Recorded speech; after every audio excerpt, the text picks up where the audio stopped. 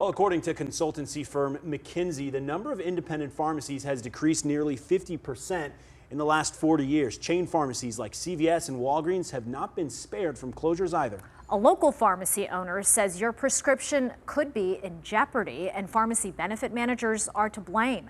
Contact 2's Mike Colombo explains. And in some small towns, your only health care that you have is the pharmacy. When we interviewed this independent pharmacy owner in 2019, he asked us to hide his identity for fear of retribution. 4 years later, he says he's revealing who he is and what he knows to expose how pharmacy benefit managers are harming health care. Desperation.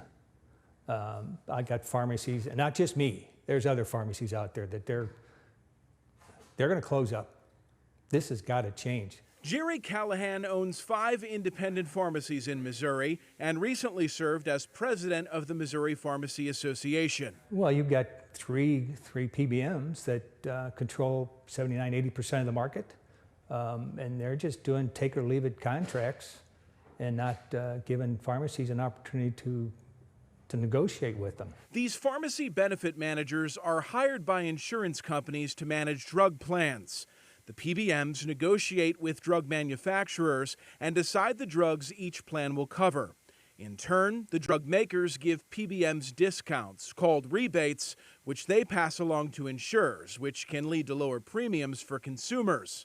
But Callahan says it's a flawed system. Why do you think the pharmacists in Kansas City and CVS walked out?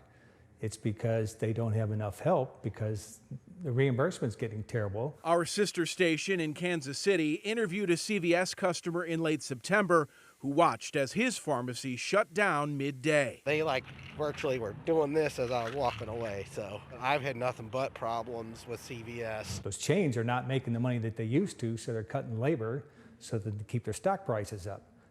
We as independent pharmacists, though, are trying to keep our doors open. And should more of those doors close, as is expected, Callahan says patients in smaller rural communities will get hurt the most. We deliver to a lot of our patients.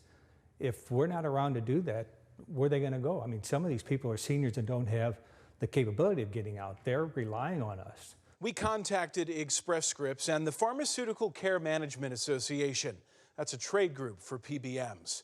We've not heard back from them, but Express Scripts pointed us to an initiative it launched earlier this year to increase reimbursement rates for rural independent pharmacies. The company also recently named a new head of independent pharmacy affairs.